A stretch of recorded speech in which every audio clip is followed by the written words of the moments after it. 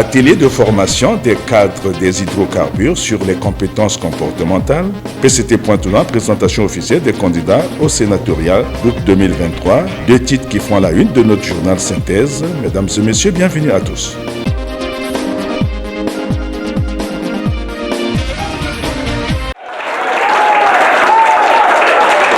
Gabriel Zambila, Massoussa Nekombila Matteo Odette et Victor Foudi, 3 candidats au sénatorial choisis par la Commission nationale d'investiture du Parti congolais du travail. Ces 3 membres du bureau politique ont été présentés officiellement ce samedi 22 juillet 2023 par le président fédéral Jean-François Kando aux militants du parti dans la salle de conférence Marien Ngouabi de Mvumvu.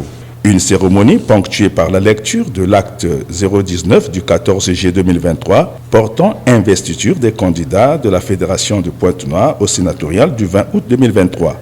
Lecture appuyée par le message du président de la commission de contrôle et d'évaluation revisitant l'article 84 sur la discipline du parti. Cet article qui traite de la discipline du parti stipule entre autres que le membre du parti, il doit connaître et respecter scrupuleusement les statuts du parti, combattre énergiquement le repli identitaire, toutes les formes de discrimination, le sentimentalisme, le népotisme et le sectarisme.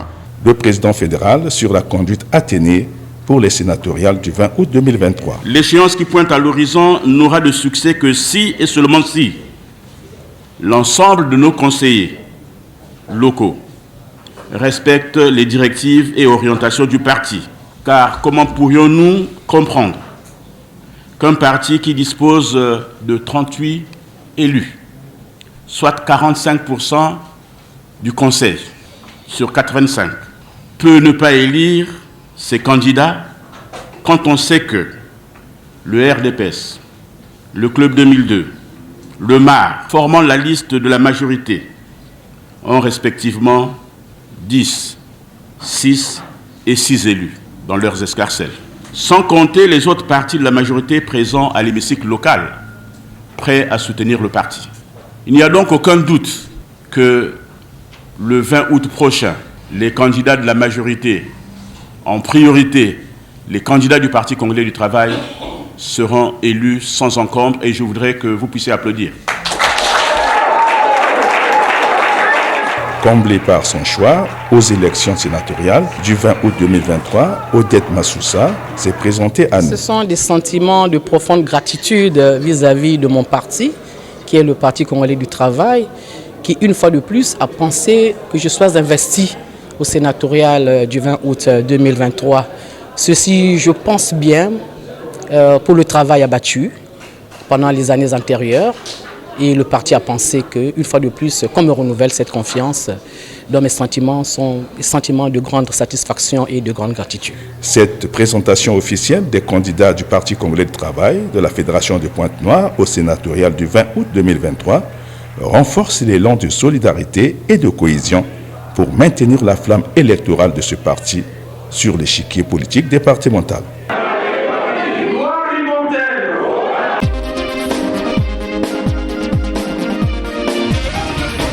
Nous travaillons dans une administration, il nous faut des compétences comportementales.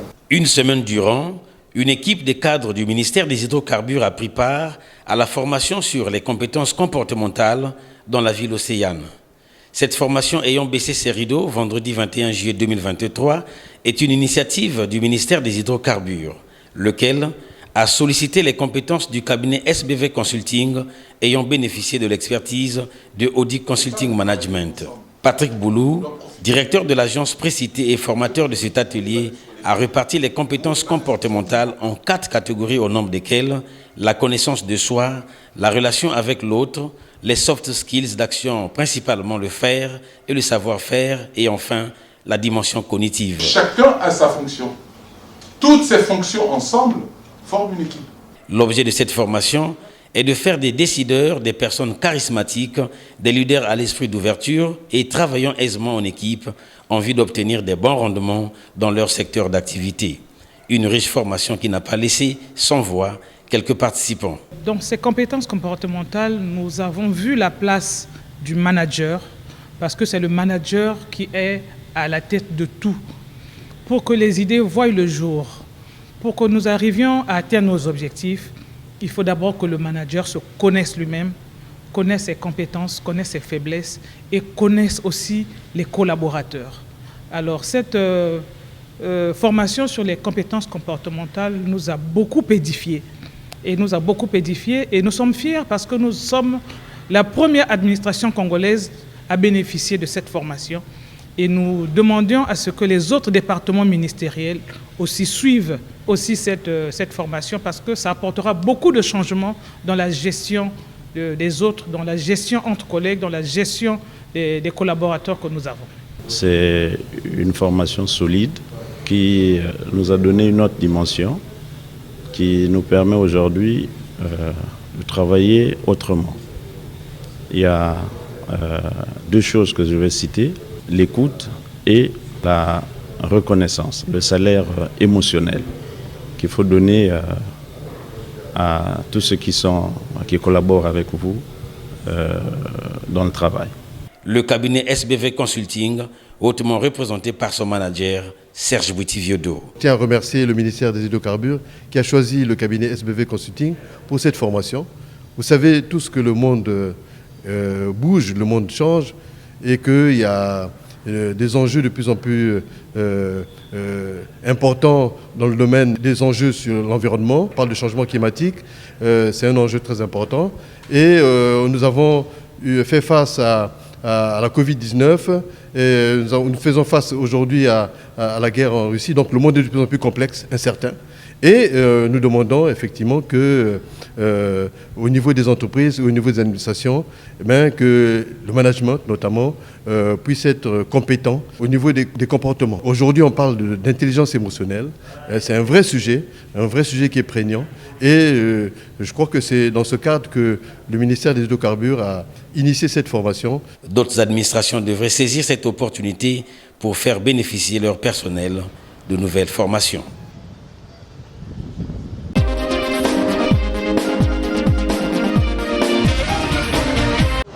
Cinq organisations de la société civile congolaise ont reçu du projet des réformes intégrées du secteur public, PRISP, en sigle, et de la Banque mondiale, la mission d'enquêter sur les investissements publics dans le secteur de la santé et de l'éducation dans les 12 départements du Congo, en vue de collectionner les données des projets sélectionnés. Résultat d'une enquête qui a fait l'objet d'un atelier organisé à Dolisie dans le cadre de la présentation aux participants du rapport de suivi des investissements budgétaires exercice 2014 à 2019. Un plan de présentation en 7 points recadré par les exposés des panélistes de ressources qui ont motivé l'échange de vues avec l'auditoire. Les travaux d'un atelier ouvert par le représentant du préfet du Niari. C'est avec un réel plaisir que je prends la parole pour marquer l'intérêt que le gouvernement de la République accorde à la redevabilité et à l'engagement citoyen dans le suivi de l'action publique par le biais des organisations de la société civile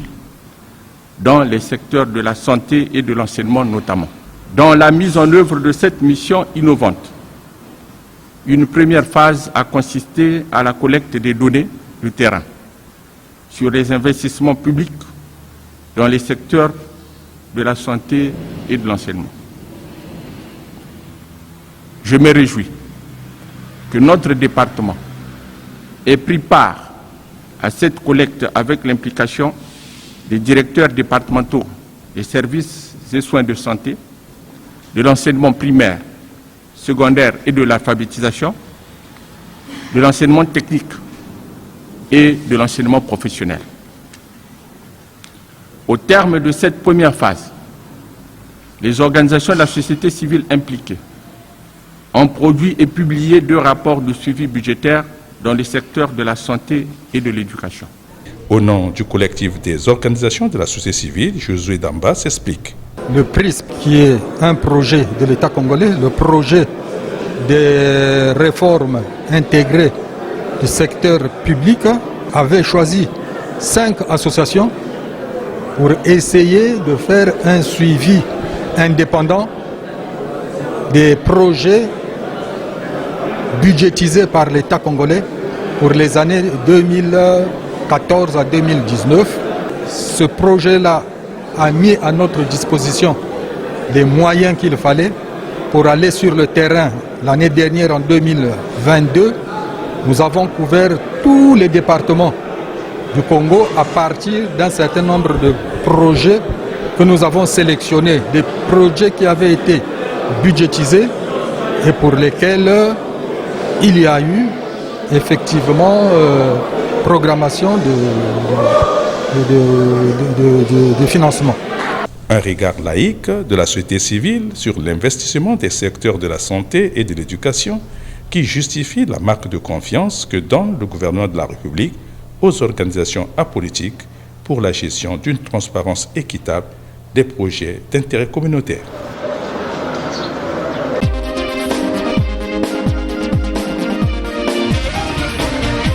L'hôpital de référence de Dolisie a servi de cadre le 20 juillet 2023 à la réception par les autorités départementales et sanitaires du don de médicaments vivres et non vivres par le député Jérémy Lissouba aux victimes des épidémies. Un geste de solidarité marquant l'unité dans la douleur des traditions congolaises, reconnu par le maire de la ville de Dolisie et certains parents des victimes. Prenant la parole, Jérémy Lissouba revient sur le sens de ce don. Aujourd'hui, nous prenons la mesure, justement, de cette épidémie, tant en termes des bactéries concernées, des protocoles médicaux à observer, que des dégâts, comme l'a dit monsieur le maire, qui ont déjà été causés par cette épidémie.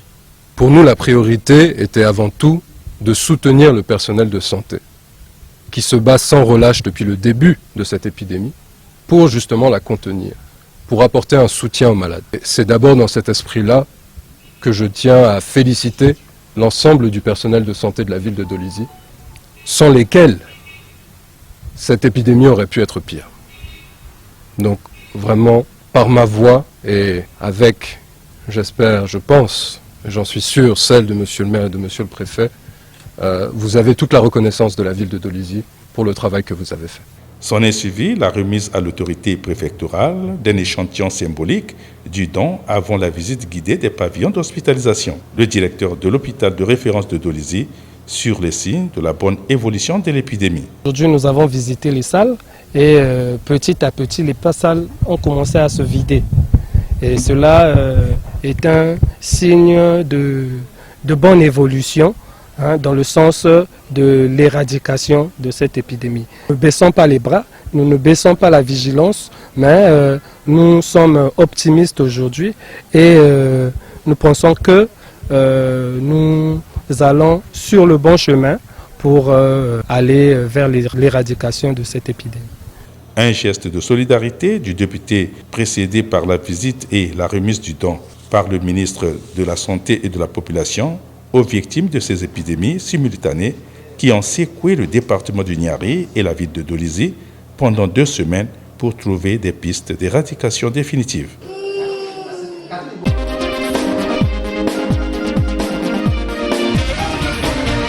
C'est au siège de la préfecture du Kwilu que le projet en cours d'élaboration sur la protection des écosystèmes de mangroves et des tortues marines a été présenté le jeudi 20 juillet 2023. C'était au cours d'une cérémonie patronnée par Arlette Soudan-Nono, ministre de l'Environnement, du Développement durable et du Bassin du Congo, en présence du préfet du Kwilu et du représentant résident du PNUD au Congo. Les autres parties prenantes conviées à cet atelier ont apporté leur contribution pour parfaire la fiche d'identification du projet PIF en abrégé. Après le mot d'accueil du préfet du Kwilu, c'est le représentant résident du PNUD au Congo qui a justifié l'intérêt de ce document. Ce projet qui intéresse les 2 départements de Pointe-Noire et du Kwilu est motivé par la volonté du gouvernement du Congo de protéger les mangroves qui sont des écosystèmes d'importance mondiale, mais aussi qui sont vitaux pour la reproduction des espèces halieutiques et la survie des populations locales en particulier, nationales et internationales en général, en raison des services écosystémiques qu'offre cet habitat, mais aussi des fonctions écologiques qu'il joue dans la séquestration du carbone, mais aussi la protection et l'adaptation au changement climatique. La ministre de l'Environnement, du Développement durable et du Bassin du Congo à l'ouverture des travaux. Les mangroves qui constituent, comme je le dis, un écosystème de grande valeur en termes de richesse en biodiversité floristique et faunique et de services écosystémiques qu'ils rendent, ces zones de frai, de nourrissage et de reproduction servant d'habitat pour les nombreuses espèces qu'elles abritent, qu'on appelle généralement le bassin de reproduction, sont malheureusement fragilisés par la pression anthropique et donc l'impact de la façon dont nous servons de la nature et enfin du changement climatique lui-même. Il en va aussi de ces espèces de tortues marines des côtes congolaises qui ont été répertoriées dans la liste, dite liste rouge, des espèces menacées de disparition. Le document portant fiche d'identification du projet a été présenté par Alexis Minga, consultant national pour la rédaction du PIF.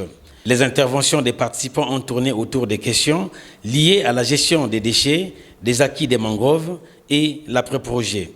Après validation du document, le préfet Paul Adon Dibouilou a, au nom de la ministre de l'Environnement, clos les travaux. Permettez-moi de réitérer mes remerciements, respectivement au gouvernement de la République, sous l'impulsion du président de la République, chef de l'État, aux participants pour la qualité de leur contribution qui va, en n'en point douter, faire avancer la finalisation de ce projet. Au programme des Nations Unies pour le développement, à travers M. Henri Diouf, pour son appui considérable au gouvernement de la République dans le domaine ci-devant énoncé.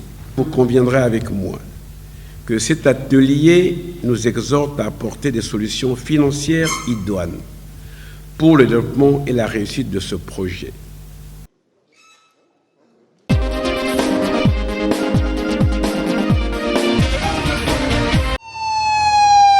Mara Kiosa, gouverneur de la province du Cabinda, a été en visite de travail dans le département du Kwilu mercredi 19 juillet 2023.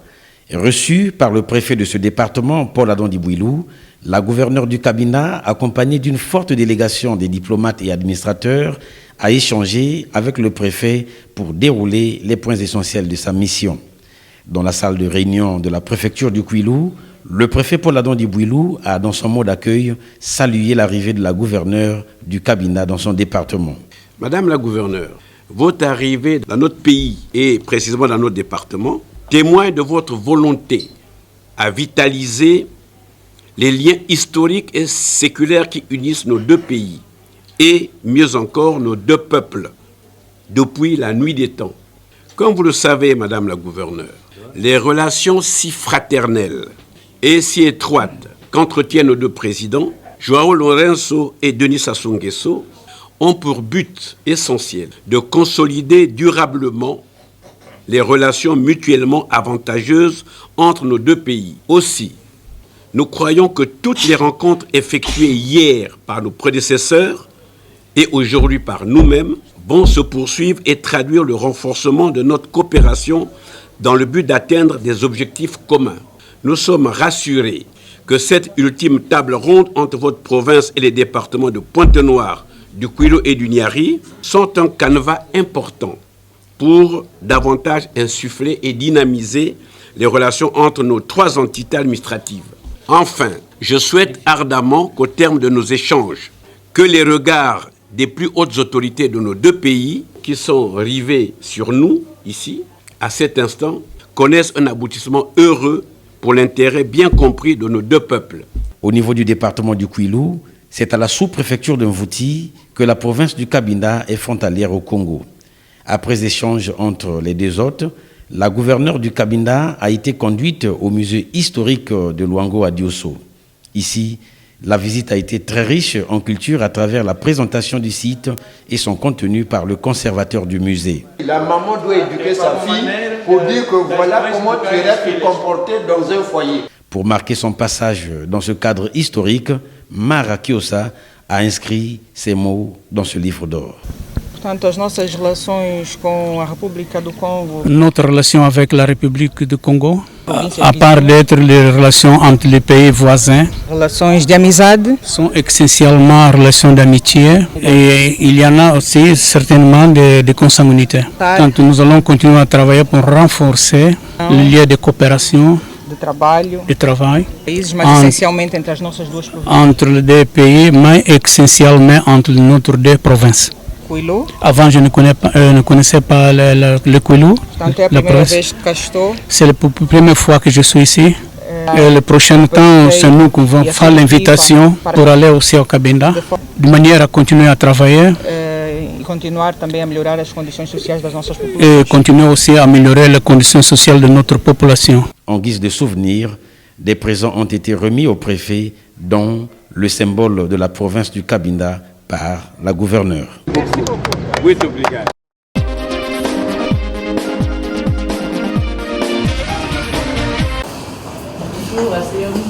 Evelyne Tchitchele, présidente du conseil départemental et municipal, maire de la ville de Pointe-Noire, a échangé à propos de l'augmentation du prix du supercarburant avec le syndicat des transporteurs relevant de son entité administrative.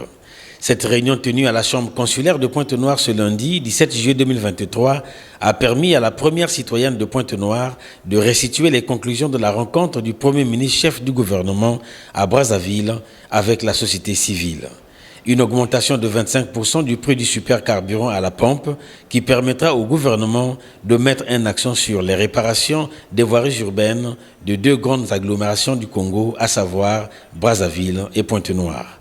Pour ce faire, une commission technique sera mise en place pour déterminer les mesures d'accompagnement en vue de soulager les usagers du secteur du transport. Depuis le 15 juillet dernier, le prix du super à la pompe a suivi une nouvelle augmentation, conformément aux recommandations du Fonds monétaire international FMI, qui préconise de stopper les subventions des produits pétroliers, ainsi que l'a longuement expliqué M. le Premier ministre, chef du gouvernement Anatole Koliné-Makosso. Le gouvernement a mis en place une commission technique pour déterminer les mesures d'accompagnement qui va toucher l'ensemble des acteurs du secteur des transports en vue de soulager tout le monde, c'est-à-dire les transporteurs et les usagers que nous sommes tous. À ce niveau, il vous appartient à vous de veiller à ce qu'aucune spéculation ne soit enregistrée, jusqu'à ce que nous soyons tous informés des mesures de compensation prises à cet effet par notre gouvernement. Le tour de table a permis au président de la Chambre de commerce de Pointe-Noire d'exprimer son intention d'œuvrer aux côtés du gouvernement et des usagers pour énumérer les faits liés à l'incidence de cette hausse avant de parler des mesures d'accompagnement qui seront prises par le gouvernement de la République.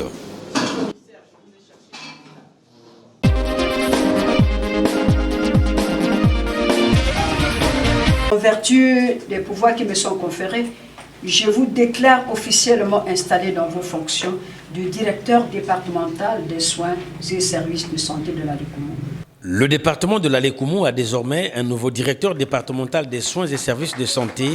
Il s'agit du médecin pédiatre Jean-Bertin Tiba, installé dans ses fonctions la semaine dernière par Micheline Ngessemi, préfet de ce département, assisté par les conseillers techniques et de la santé du ministre de la Santé et de la Population.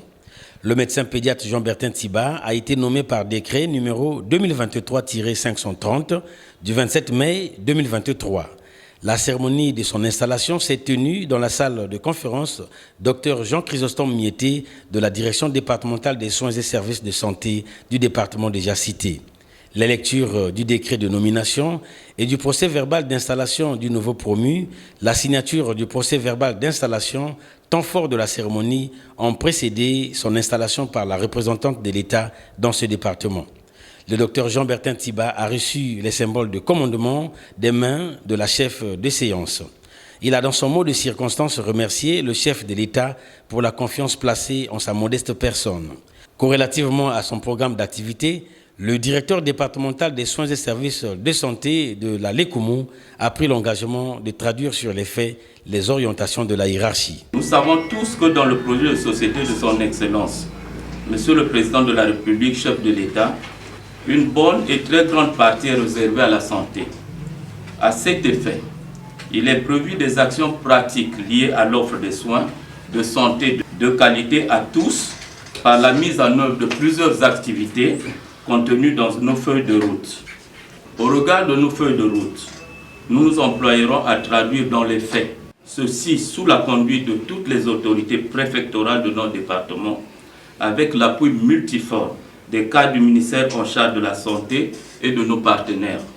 La visite des installations de la direction départementale a permis aux nouveaux locataires de cette administration de se faire une idée sur son cadre de travail. Sa première activité se basera sur l'état des lieux du système de santé dans le département de l'Alé-Coumou.